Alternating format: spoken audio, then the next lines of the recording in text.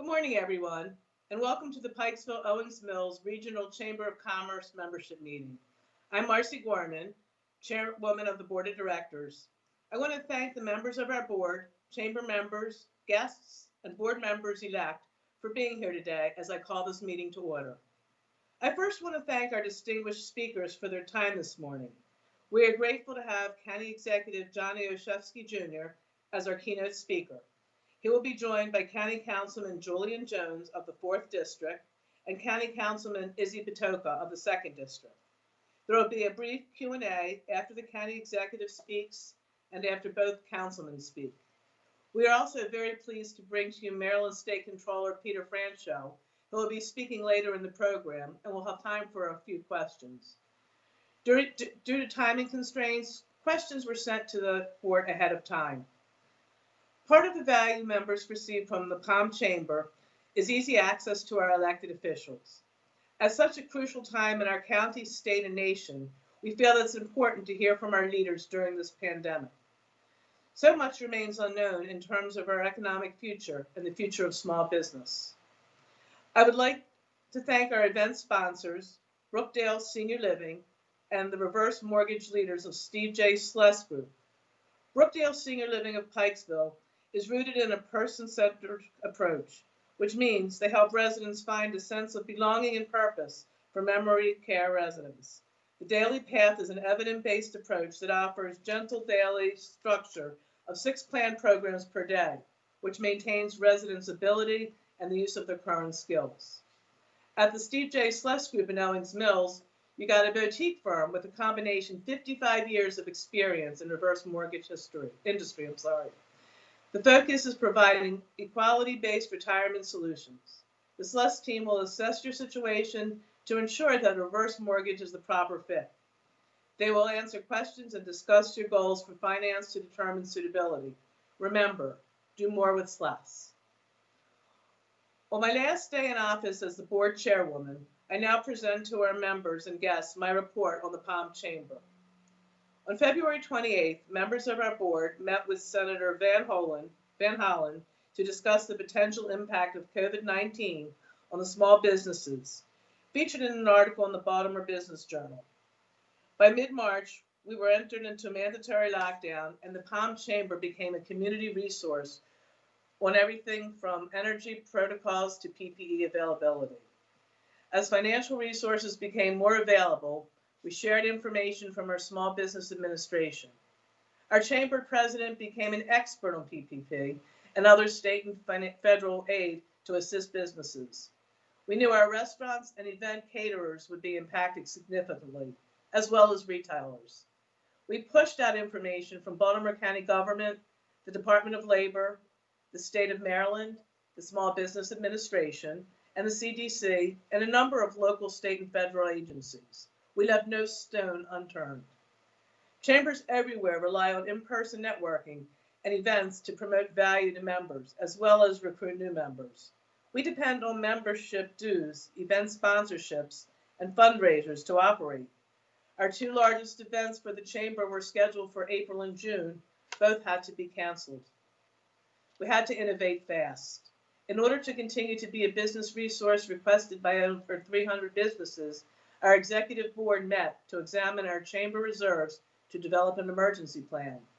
We implemented a strategic plan to secure our ability to serve the region. The POM Chamber quickly pivoted.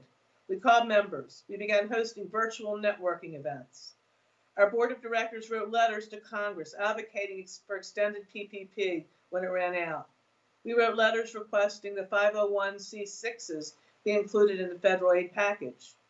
While the businesses we represent could apply for PPP loans, chambers were ineligible. A very nonprofit that supports the economic growth of the commerce to date is still excluded from federal aid. By early March, we published an extensive resource on our website on everything from financial assistance to crisis management. We created and distributed the first local guide to curbside as we shared with Baltimore County and the Office of the Controller. We included members and non-member restaurants alike, understanding that we were all in this together. We launched the Palm Pledge, encouraging consumers to support local businesses. We asked businesses to be chamber champs and sponsor chamber memberships. Board member John Nicely of State Farm Insurance sponsored chamber memberships for the Classic Catering People and Central Scholarship, representing our chamber's commitments to business and nonprofits alike. We helped Pikesville High School PTA organize a graduation parade for the class of 2020. We worked with Maryland Farmers Market Association and the Department of Agriculture to open our farmers market safely, with strict COVID-19 protocols in place. The Pikesville Farmers Market serves over 4,000 area residents seasonally and provides open-air access to local produce, eggs, meat, dairy, and much more. We're not only supporting the community with a safe, open shopping experience, we're supporting the local economy with the largest number of vendors our market has ever seen. In fact, we are extending the farmers market this year for the first time in 20-year history. The market will now be open through December, every Tuesday.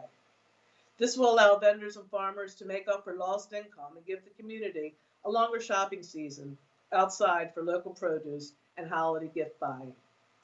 We have since hosted anywhere from 4 to 6 virtual events a month, including a virtual happy hour in May with Dugan's Fine Wine and Liquors to provide exposures for our chamber members.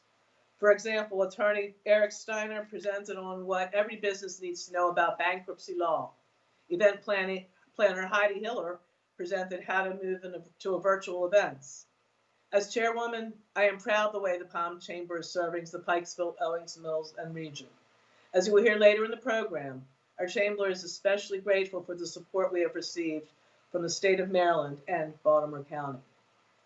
It now gives me great pleasure to introduce our county executive, John Oshusky Jr., Johnny O as he is referred to, is a lifelong Baltimore County resident who believes in the power of public service and giving back to the community that has done so much for him.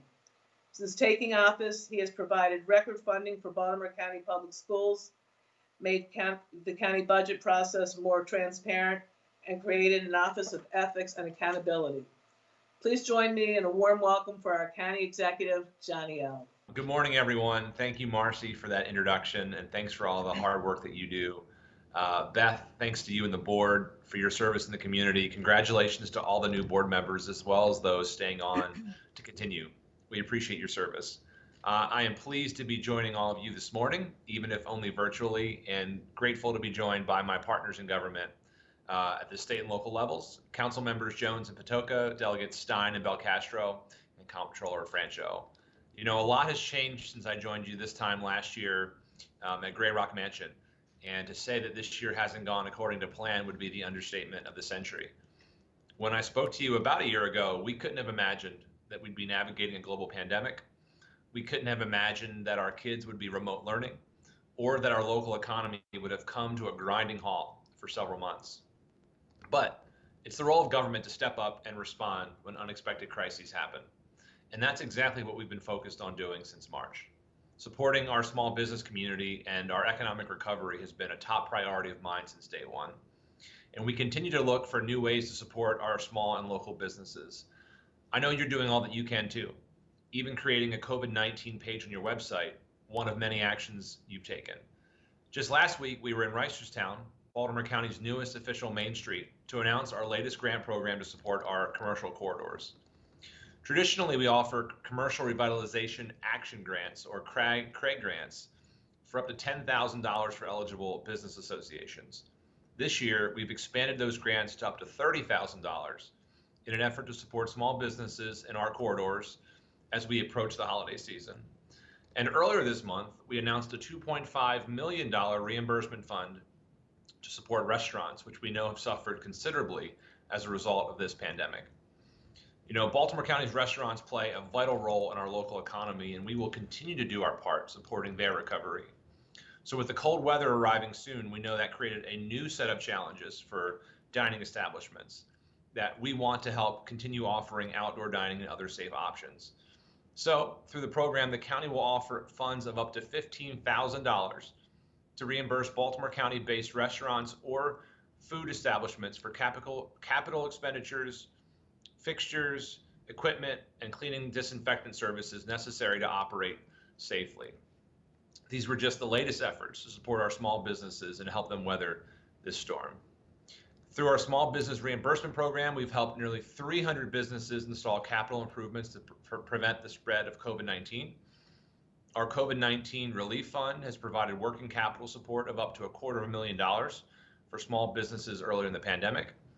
And we created the COVID-19 Business Corridor Sustainability Grant, BCSG program, to support our local chambers and business associations in your efforts. The Pikesville Owings Mills Chamber was one of the recipients of that program. We're pleased to support you, and I thank you for all that you're doing to help keep our small businesses afloat. Our chambers are important lifelines to our business community. You provide critical support and education, and you share vital information that we need to get out to our business community. So thank you for your partnership and what you do, for sharing our programs.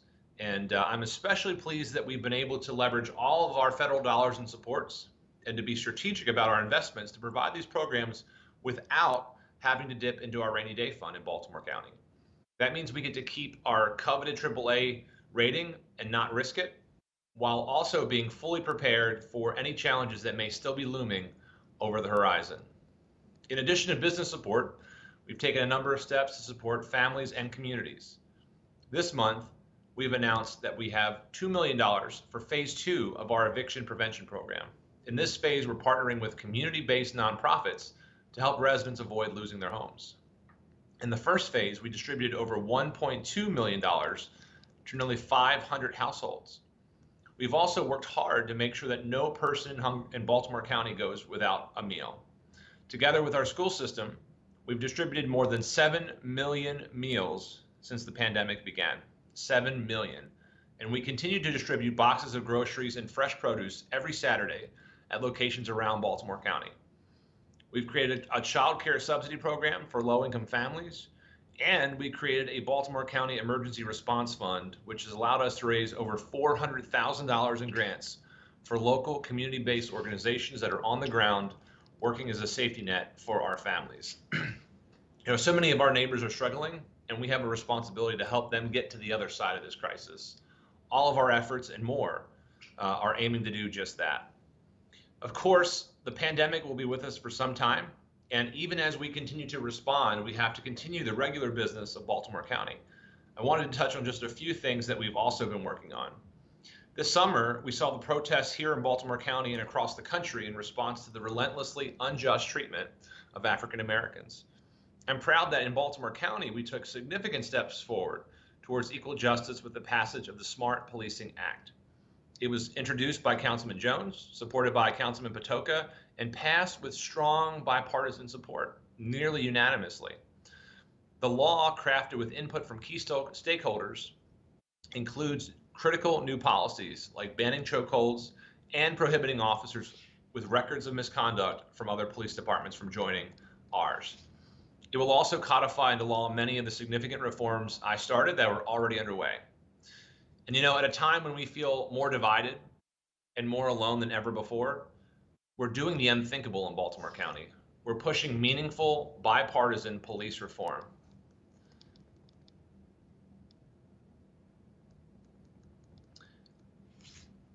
I remain grateful to the men and women of our Baltimore County Police Department who serve honorably, people like my brother who put their lives on the line every day to serve.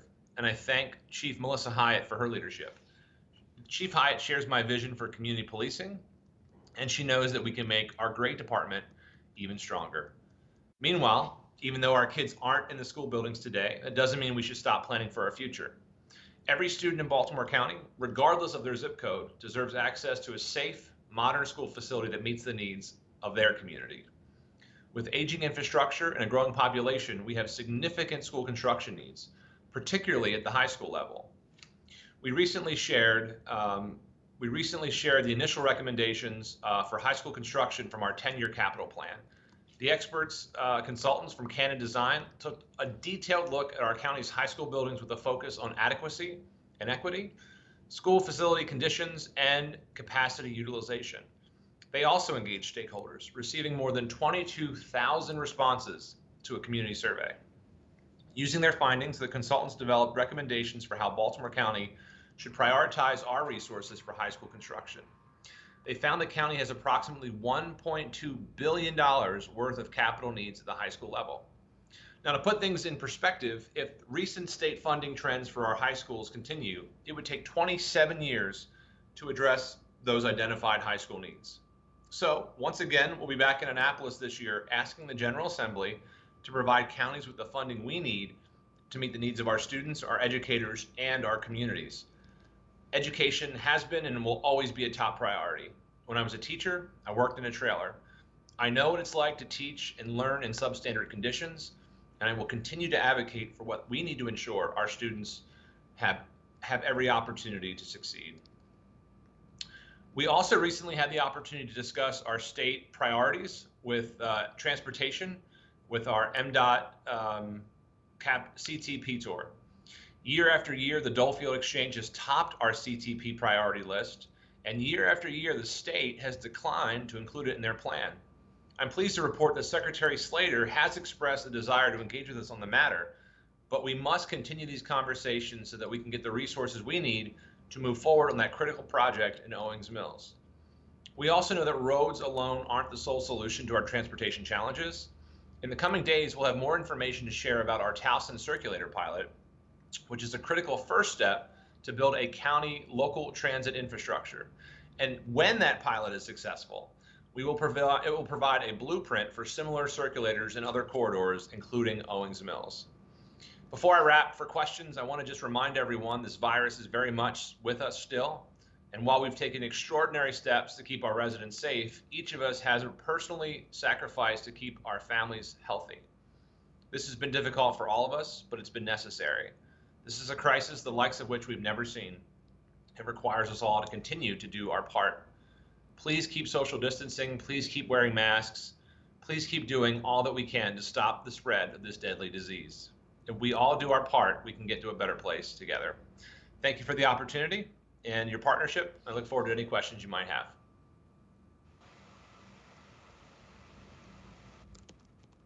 I believe Beth will be reading the questions.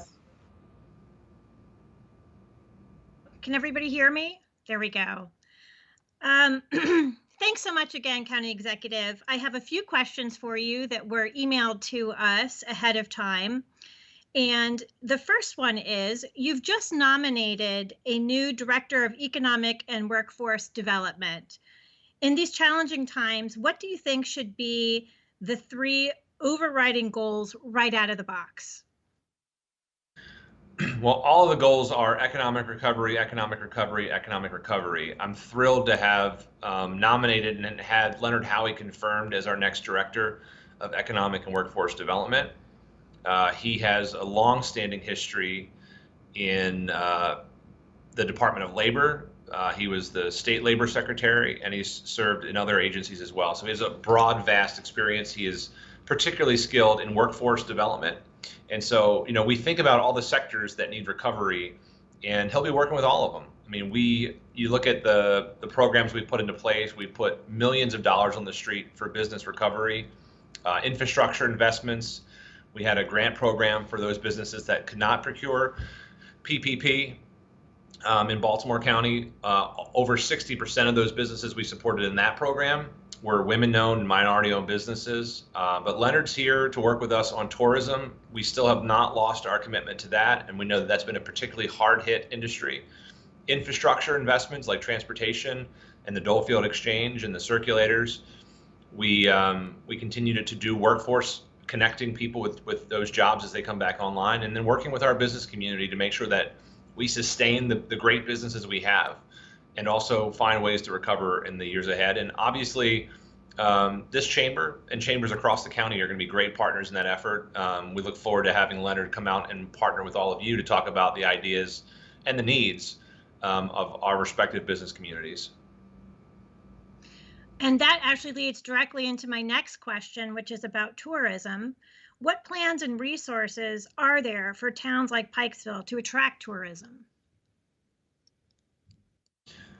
So we are actually engaging a company to create a tourism plan. We've hired our first ever dedicated tourism director, Daniel Singh.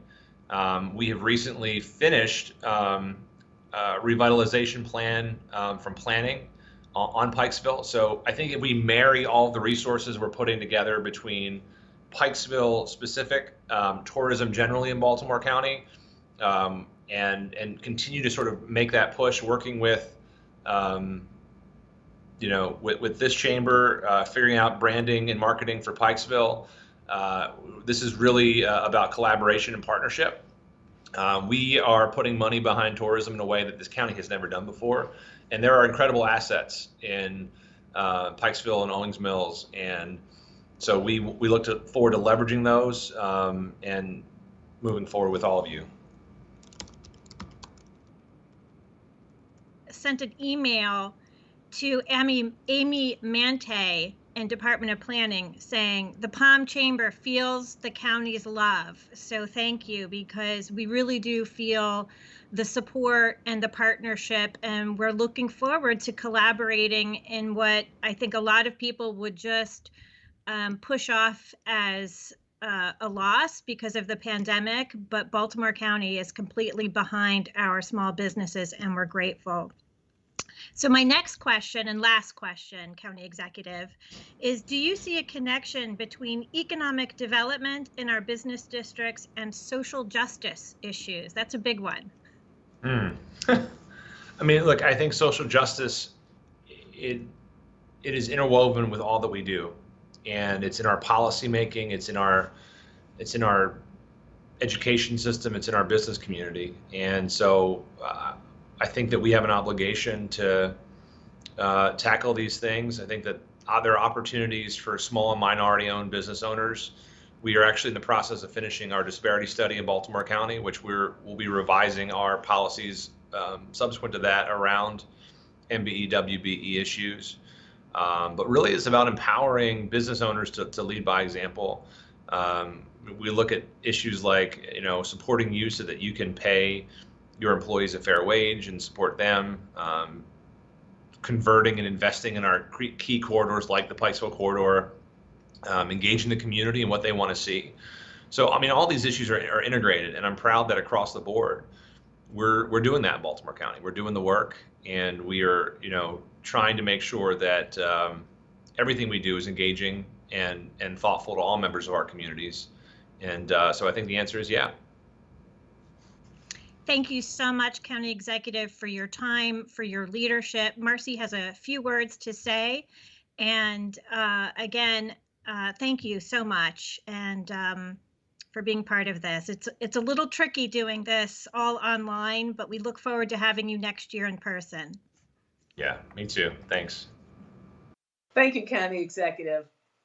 Our chamber is more than grateful for the support provided by Baltimore County, including 2 recent grants that support chambers and the work that we do every day on behalf of our local businesses.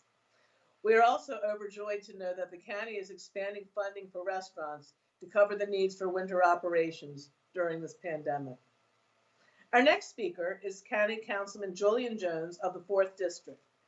Mr. Jones is a community leader, former PTA president of Hernwood Elementary School, member of the Caucus of African American Leaders, and a 2-term member of the Baltimore County Democratic Central Committee. Mr. Jones is a former Baltimore County councilman. He was elected to the Baltimore County Council in 2014 and champions causes for workers' rights, homelessness, minority businesses, and youth development. County Councilman, let me introduce now County Councilman Julian Jones. This is very awkward, I'm sorry. No, it's okay. Thank you so much. So many times I hear some of the introductions and I'm thinking, who are they talking about, right? Is it really me? But listen, I want to thank you so much for having me. I want to thank the Pikesville Owings Mills Chamber for everything they have been doing. I would like to thank the county executive and Councilman Izzy Patoka. They've been tremendous friends as well as supporters for so many things that we've done, especially recently, the Smart Policing Act. And, is as a county executive explained all the things that Baltimore County has been doing to provide support and assistance to the citizens and small businesses alike throughout Baltimore County. It's a reminder that, in these times, there's a strong role that only government can play in terms of these type of emergencies. And the support that the county executive was talking about in terms of rent relief, assistance to businesses, these things all work together in terms of strengthening businesses in our community. In other words, when we give a person a food, and that's one less thing they have to worry about, when we give rental assistance to make sure that's one less thing they have to worry about, it creates discretionary income so that they can go out and spend money at our local businesses. So we've been doing everything under the county executive's leadership to make sure that we are being very responsive during this pandemic to the citizens and businesses in Baltimore County. But life goes on, things happen. So we've demonstrated through the smart policing reform that we can do other things as well, because there are still issues that confront our county. So we are still sort of hitting on all cylinders. And now I'd like to just talk a little bit about the chamber. In these times, we all have a part to play. And like I said, the government's power and the part that we play cannot be replaced. However, it can be helped. And when we look at the challenges that small businesses face in these challenging times, unprecedented challenging times, we find that there's strength in numbers. We find that the support that the chamber is able to provide is extremely important. We find that being able to communicate with others in like businesses and finding out what they're doing to survive these times is extremely important.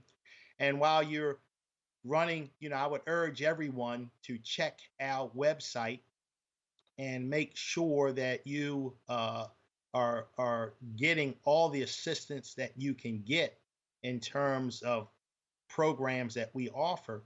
It's very helpful to know that the chamber has your back. In other words, while you're running your business and feeding your family and doing all those things, it's difficult to stay on top of all the programs that are available. But it's good to know that you have a chamber that is out there whose sole purpose is to make sure you are aware of all the benefits that can help you. So I would like to thank the chamber for all they're doing to strengthen our businesses. It's no question about the importance of small businesses in our community. These are extremely challenging times, and just as the chamber has your back, I stand here very strong with the county executive and Councilman Patoka and other elected officials to let you know that we have your back in terms of the chamber and the small businesses to make sure that everyone's able to come through this pandemic at least with their head above water. So I thank you again for giving me an opportunity to attend the meeting, and I look forward to attending in person as I have done in the past. And as always, I personally stand ready to assist anybody who need help, and I'm always available, so please don't hesitate to reach out. And on that note, I'll try to stay on task and entertain any questions. Thank you, Councilman Jones. We really appreciate your time and sticking to our schedule, which is a tight one. But I do have two questions for you. You get off easy. Just two questions for you today. But before I give you those questions, I just want to say thank you so much for speaking on behalf of Chambers of Commerce. Not everyone knows what we're here to do. Even our members sometimes forget that we have a lot to offer them. So thank you so much for your support. It's always a pleasure to work with your office. The first question I have for you is, what do you see as the biggest challenge for Owings Mills? And how can the Palm Chamber help you to address it? Well, I think some of the biggest challenges are um, basically making sure that the information is getting out. And when I say the information, I mean during these times you have to improvise, you have to adapt, you have to overcome, you have to think outside the box, you have to do what you have to do in these times. I go throughout my district and I look at some of the businesses and I see some that are embracing our new reality. Restaurants putting up big tents, putting up heaters, installing televisions inside the tents and ceiling fans. And then I see other restaurants that are sort of sitting around waiting for this to blow over. And I would urge people to do what they have to do. And I would urge the chamber to just make sure that you are providing the help and the resources and the direction to tell them that we don't know when this will be over. So they have to make the necessary improvements or the necessary changes in their operations so that they not wait for the storm to blow over, but to be productive during the storm.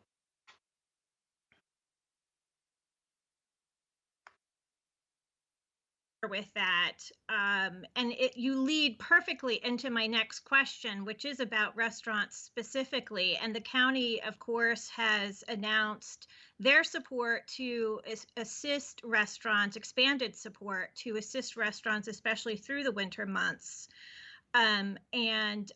We really do hope that our restaurants will use us as a resource in helping them to pivot to dining outdoors in the winter months. Towson has a really wonderful program that they started. I don't know if you're familiar with it, called Seats on the Street. The Towson Chamber was actually instrumental in getting this program off the ground. Is that something that we could try to do in Owings Mills, do you think? Yes, I mean, basically, I would like to. I would take a better look at the program and make sure we're not missing anything. But for the most part, in the Owings Mills area and throughout our communities, we have plenty of space in terms of being able to, and I think that's something we have, which is above Towson, in terms of we for the most part, have plenty of parking here. And those parking spaces can be very easily converted into uh, outdoor dining. And it's not so much limited. If you take an example, I'll take it one restaurant I'm thinking about right now. I'll just mention the Green Turtle.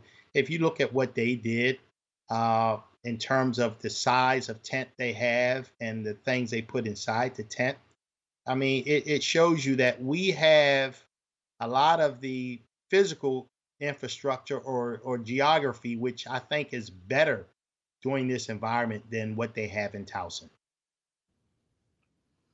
I agree with you. Parking is really essential, as you know, for any kind of economic plan. So again, thank you, Councilman Jones. Marcy is going to say a few words. Thank you again for your time and your partnership. Thank you so much for having me. County Councilman Jones, thank you for your service and for joining us today. We look forward to continuing to work with your office in the year ahead, and we thank you for the police reforms you have advocated for this year. I would now like to introduce County Councilman Izzy Patoka. Izzy is the councilman for the 2nd District of Baltimore County, which includes Pikesville, Owings Mills, Reisterstown, Linden, Lutherville, and Ruxton. Izzy is a father, a planner, and a public servant. He has worked in business, civic life at the highest levels of the state, county, and local government to bring people together on behalf of making his community and county a better place to live, work, and raise a family.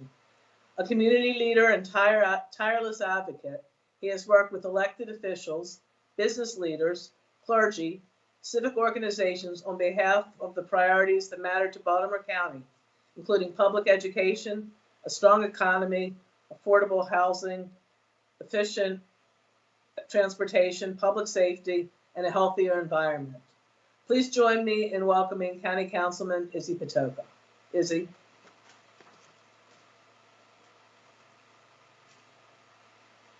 I feel like I've known you my whole life. You have. Yes, I have. And thank you, everyone else, for joining us this morning and giving me an opportunity to speak. It was good to hear my colleague, Julian Jones, and County Executive Olszewski.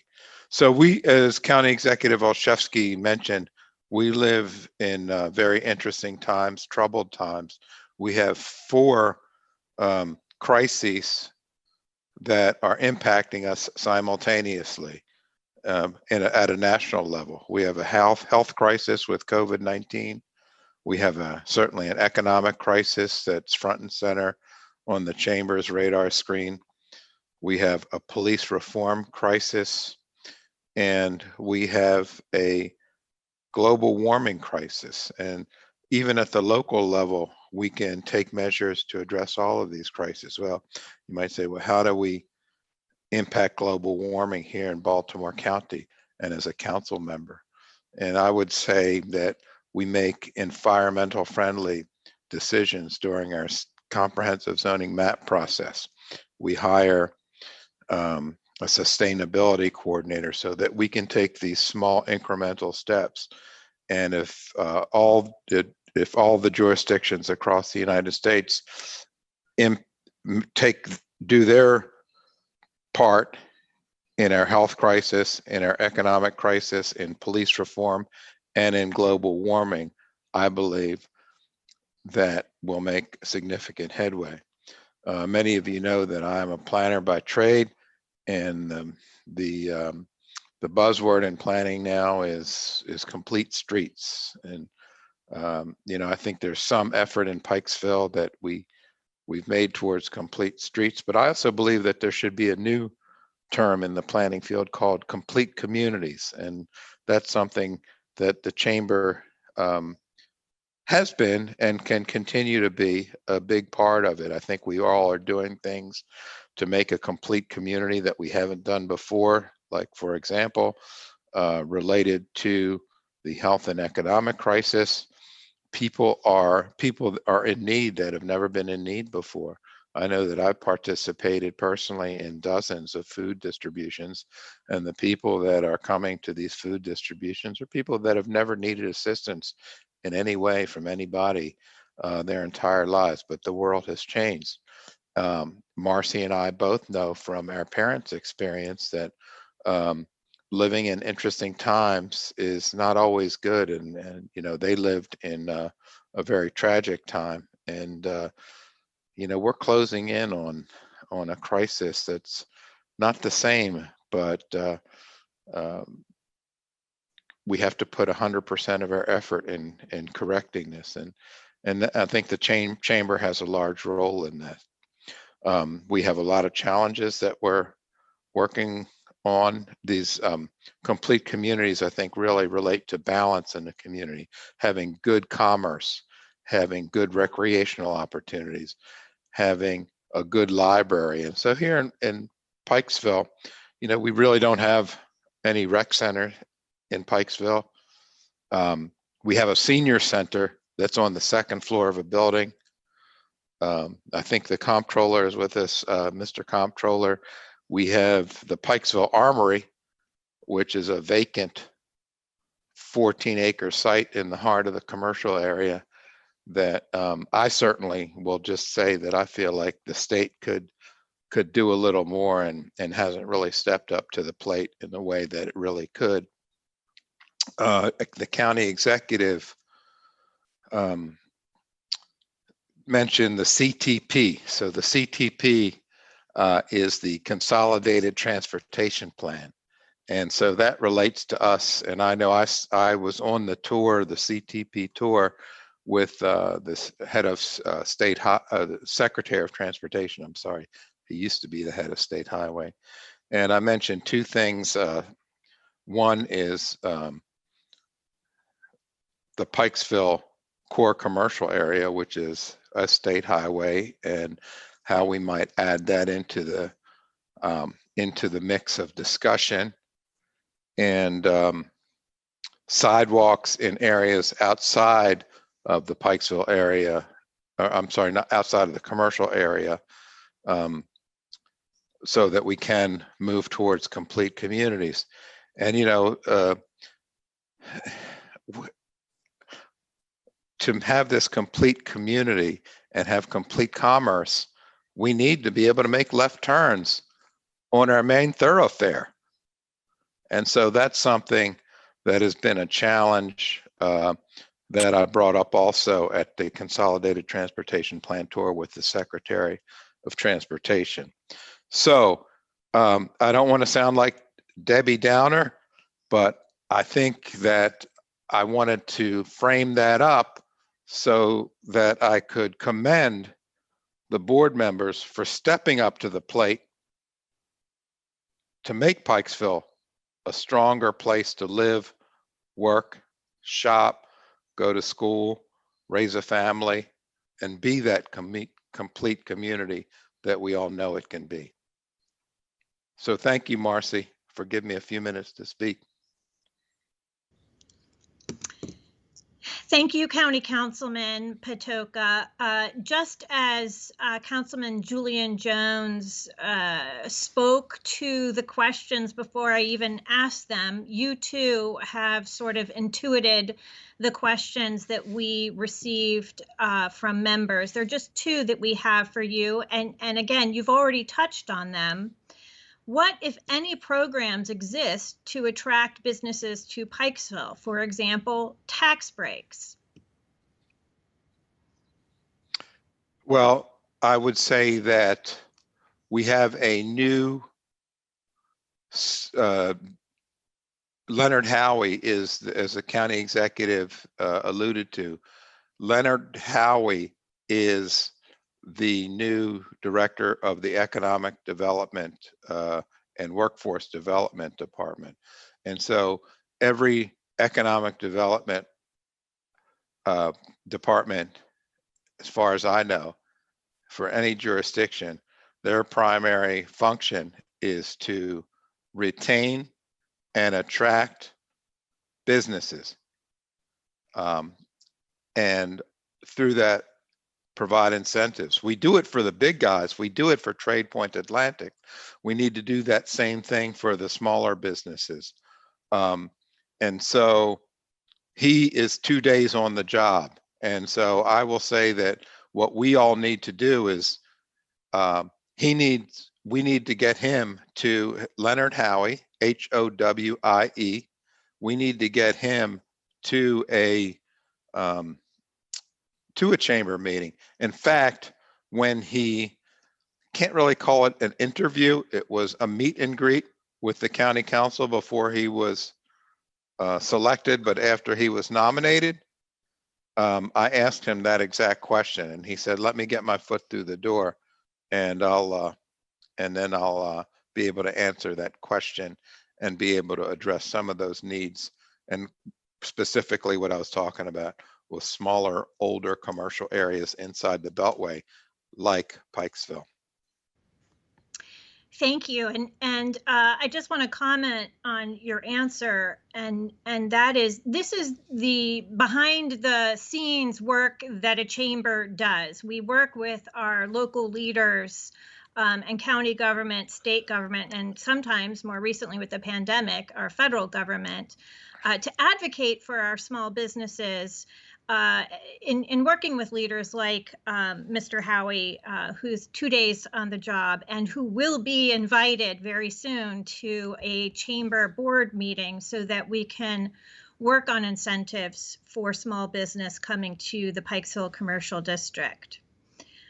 The next question, Mr. Patoka, you again alluded to with the no left-hand turns. That's a big issue for businesses in Pikesville. And the question we received is, with the no left-hand turns implemented by State Highway and multiple for rent signs in the commercial district of Pikesville, some business owners feel left behind. What would you say to them, especially now that they are also facing the financial impact of the pandemic? Certainly. So I would ask you to remain vigilant, remain flexible. I think Councilman Jones said that businesses need to adapt and need to be flexible to at least get through these times. And I think, with these 4 crises that I mentioned, there's no question that the left-hand turns compound it exponentially.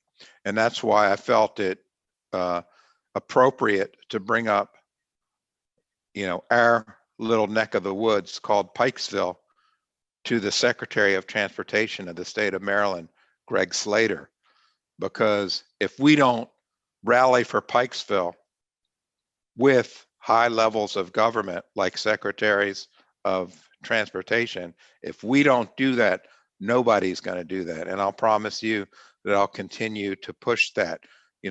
State Highway, I will say they are responsive, but they like to do studies, and they like to do long-term studies. And, quite frankly, studies are fine. And, I know we have the Pikesville Commercial Revitalization Plan in place too, and that's another study, but there's got to be a speedy implementation component of these studies, or else we've all just done a lot of work for very little benefit. Great, thank you, Councilman. Marcy is going to pick up from here, but I personally want to thank you for your partnership with your office. I feel very lucky to get to work with Councilman Jones and yourself. It's really a great team. We feel very, very fortunate. So thank you again for being here today. Thank you for your great work, Beth. Izzy, thank you for your commitment to the 2nd District. We look forward to continuing our work with your office and revitalizing Pikesville in the year ahead, and for your partnership. It is now my pleasure to provide the Nominatings Committee report. Per bylaws, the immediate past chairman, Mark Pressman, served as the chair of the Nominating Committee. Other members were Mark Hertzberg, John Knightley, Herb Swearin, and yours truly. The Nominating Committee report was reviewed by the Executive Committee and approved by the Board of Directors. The no nominations were submitted prior to this meeting, and per the bylaws, no nominations can be accepted by the floor. Officers completing their 2-year term as officers are Aaron Max of Max Realty, serving as at-large officer position. He will remain active with the Chamber on the Real Estate Committee and Advisory Council. Mark Pressman, retired, being nominated to continue on the board in the class of 2023. We thank both Aaron and Mark for their years of dedicated service to the board and as officers. Officers are elected to a 2-year term. Nominations for officer positions are Chairman, Mark Hertzberg, WBH Advisory, Inc., Vice Chairman, Herb Swearin, Renegade Communications, Treasurer, Michael Rossbach, Hertzbach and Company, Secretary, Holly Friedland, Social Squids, at large, John Knightley, State Farm, the Knightley team, an immediate past chair, yours truly, Marcy Gorman, BB&T, now Truist. Board of Directors serve a 3-year term, and such are referred to as the class title by the year in which their term ends. This year, we will be voting on the class of 2023. Leaving the board this year, board members Brian Fields from Costco, Jennifer Grossman, Mayor in Steinberg, Richard Letterman, Badges Buttons Plus, and Tara Rudo, No More Piles. We thank each of the board leaders for their dedication to the Chamber and their service on the Board of Directors. Incoming for the class of 2023, Kimberly Fernandez, Grokken Lashes, Barry Nabosny, Remax Realty, Mark Pressman, retired, Roxanne Roloff, Howard Bank, Jerry Schlichting, Clean Cuisine, and Steve Sless, Reverse Mortgages. No vote is needed for the class of 2021 and 22 as they are continuing the 3-year term.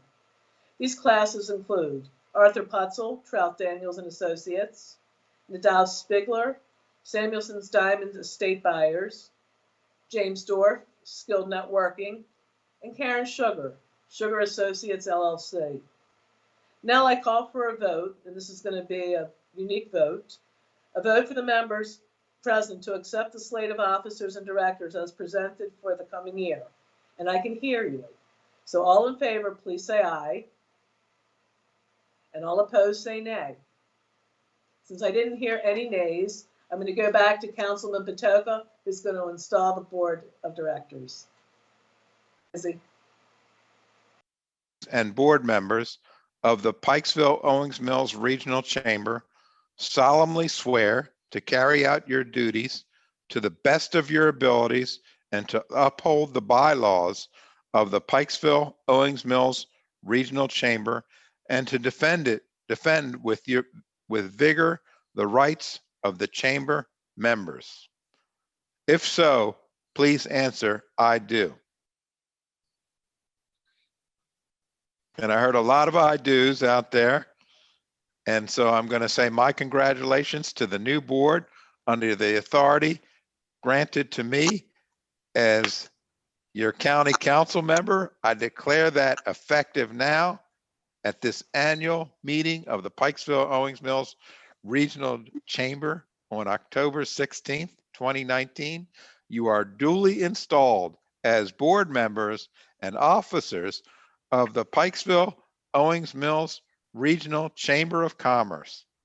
Congratulations, everyone. Well, congratulations to all the new board members, and thank you, Councilman Izzy.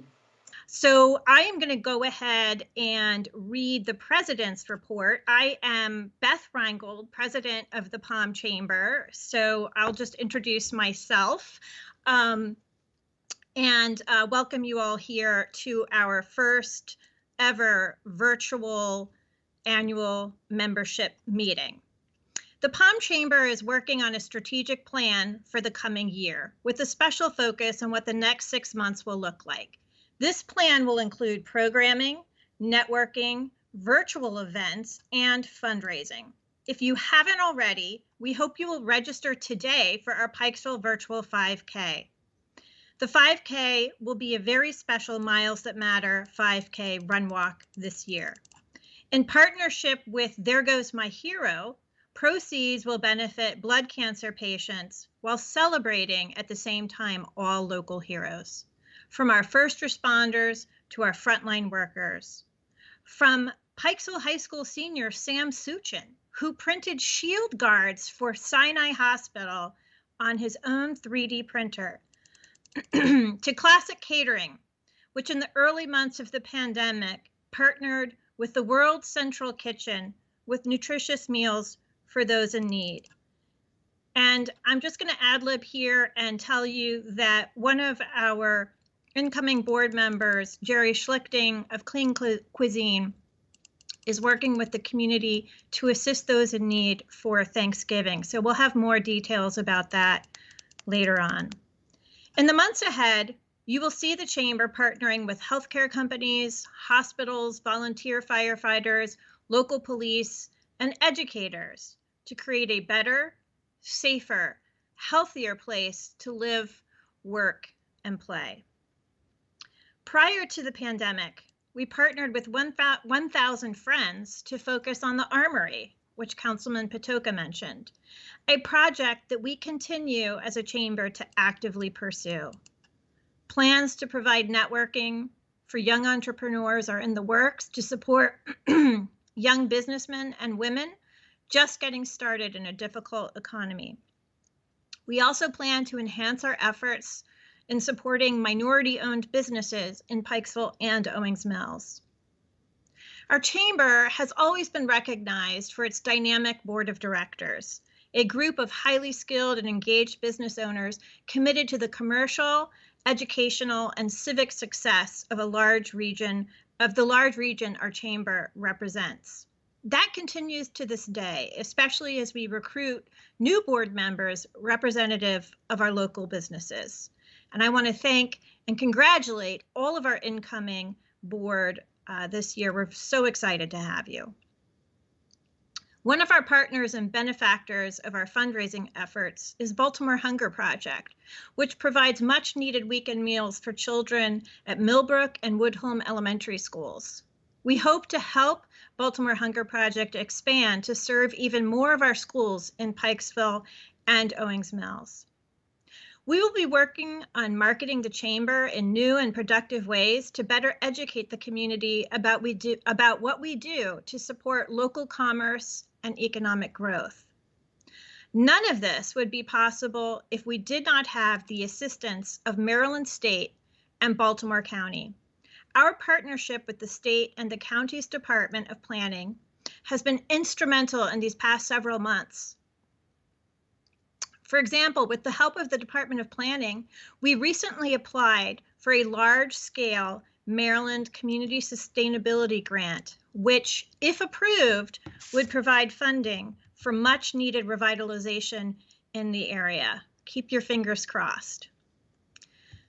The Palm Chamber's new tagline is, "Your partner in business." As your partner in business, we advocate for our local businesses and our 300 members, a number that has remained steady throughout the pandemic. And this is not on Marcy's script. I would be remiss if I did not thank our chairwoman, Marcy Gorman. Marcy has served not one, but 2 terms as board chairwoman. Her commitment to the chamber is deep and abiding. She has also been an invaluable mentor to me in my first year as president and during a pandemic, no less. Marcy's guidance, combined with her friendship, humor, and encouragement, have been instrumental in leading us through some dark days. Marcy, the PALM board, current and former, joins me in thanking you for your years of service to the chamber. And you've only got 2 years left as immediate past chairwoman. Lastly, we are proud to serve all of you as your chamber. And we hope you will engage with us regularly as your trusted business resource. I always say at every meeting we have, don't forget to like us on Facebook. It's really important. I now have the honor of introducing our state controller, Peter Francho. Mr. Francho is the 33rd Controller of Maryland. Mr. Francho served for 20 years in the Maryland House of Delegates. He was elected controller in 2006 and has subsequently been reelected 3 times. As controller, Francho has supported adding toll lanes on the Beltway, requiring schools to open after Labor Day, and reducing restrictions on craft beer sales in Maryland. Without further ado, I would now like to introduce to you Peter Francho. I just want to recognize you and the chamber for all the outstanding work. I always apologize to chambers on behalf of government because we've obviously dropped the ball at the federal level on the pandemic. And that's caused, in my view, a whole slew of unnecessary economic consequences that we're struggling with right now. And I know it's a tremendous burden for your members. I would also like to give my cell phone number out. I give it to Marylanders all over the state because I want, if people have something that they think needs to be brought to the attention of a statewide official, at least they can text me or voicemail me. It's 301-332-1961. I believe Johnny O has it already. He's your famous Baltimore County executive and one of my favorite people in politics because he's a absolutely sincere person with values and principles and a desire to help people. And frankly, that's what we need more of. So Johnny O, if you're here, terrific. If not, if you have a staff person monitoring it, make sure that staff person says that I said something nice about Johnny O because it has the added value. My complimentary remarks about him have the added value of actually being sincere and accurate. I don't know how to say it otherwise. And then I guess you've got Councilman Julian Jones and Izzy Patoka on. And very happy for them. And if anybody has any questions, I look forward to getting them. Let me just truncate my speech by saying, in a few minutes, I'm going to go into the Board of Public Works with the governor and the treasurer. We meet every 2 weeks, and we vote on contracts over $200,000 for the state. You folks should be on the agenda list. You should be on the list of getting the agenda every 2 weeks just to make sure I'm not missing something.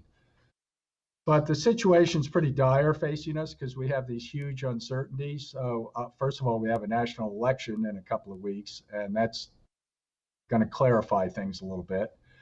Second of all, there's a lot of confusion about the stimulus plan number 2, which we desperately need in the United States, but particularly in Maryland. And number 3, it appears as if the virus is not behaving as the folks in the White House would like it to.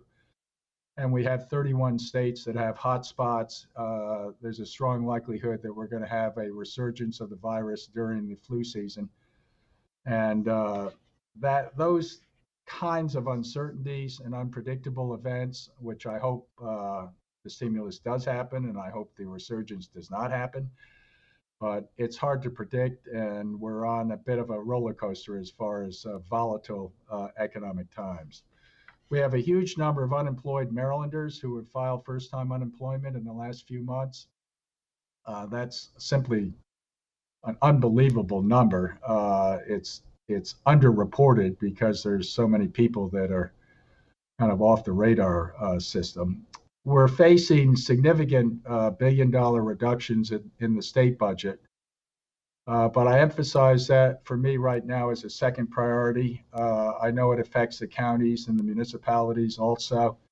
But seriously, the public budgets in Maryland have enough liquidity and reserves, in my humble opinion, to muddle through for the next 6 months before we can reach a more clear situation as to what needs to be cut or what can be saved as far as the public budgets. In other words, it's not an immediate crisis for our public budgets. I'm sympathetic to them, but I think there's a higher priority, which is the budgets of small businesses in the state of Maryland. We've already lost an estimated 20 to 30,000 small businesses that have permanently shut down, period. They're not going to reopen. That's an unbelievable amount. We have another 20 to 30,000 hanging on by their fingernails. And if we don't get some relief to them by in the next month, they're going to go under. And what does that mean? That means each of these small businesses, many have been in business for decades, they represent a little ecosystem of customers and distributors and vendors and, landlords and utility companies. They're part of our community. And they're a very loyal part. And the state right now has got a lot of rhetoric about how we like small businesses, but there's not a lot of action as far as relief. I've suggested now on 3 different occasions that the governor put $500 million into a small business relief fund for Maryland. First, I said, let's take less than half of the rainy day fund. This was 4 or 5 months ago. That got turned down because they said, well, we might need that. Well, yeah, you might need it for the state public budgets end of next year. How about right now for these businesses that are failing through no fault of their own?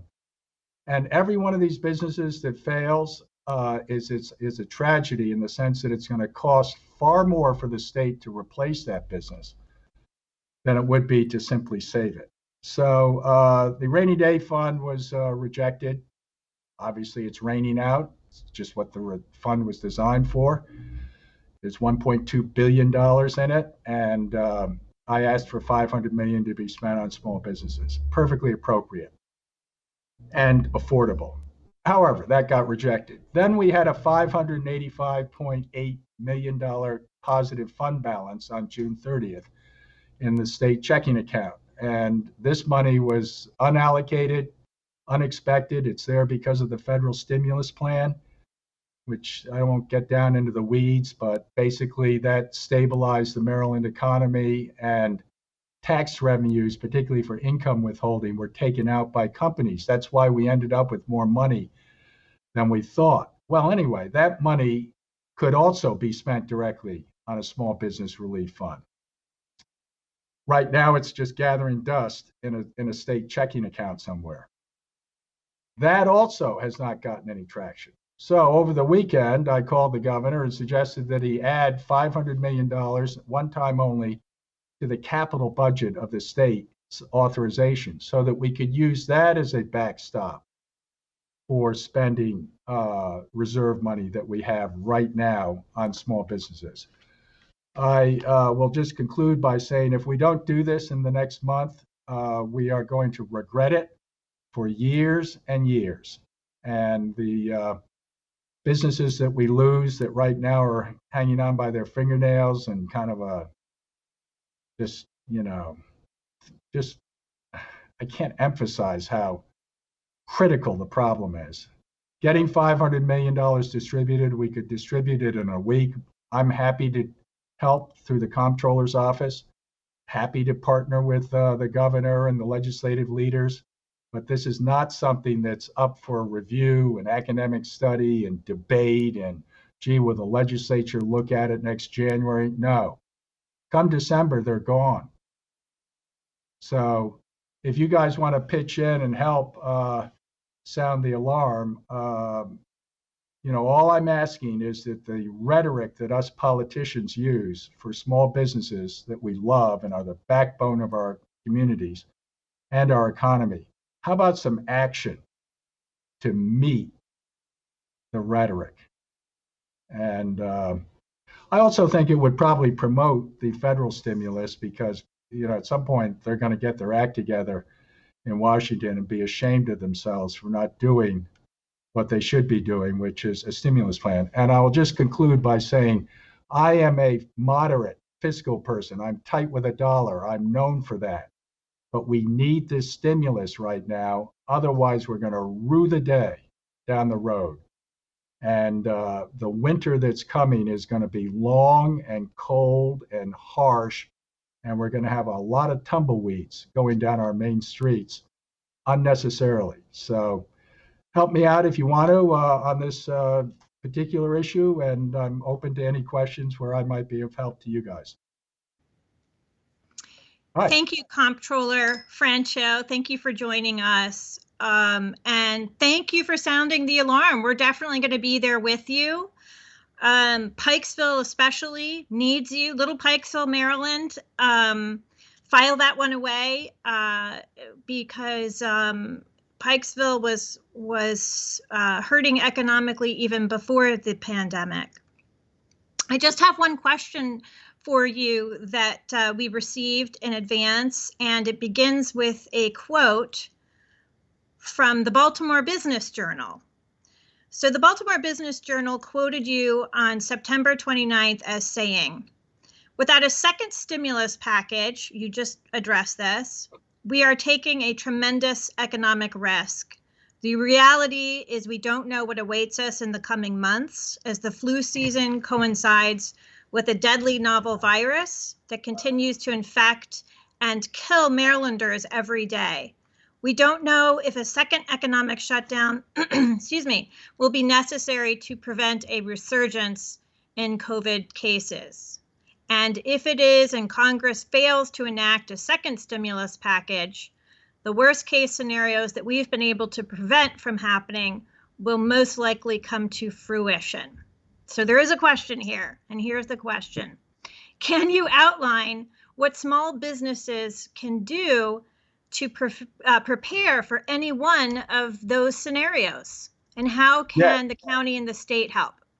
Great question. Great question for the local jurisdictions also. The issue here is survival.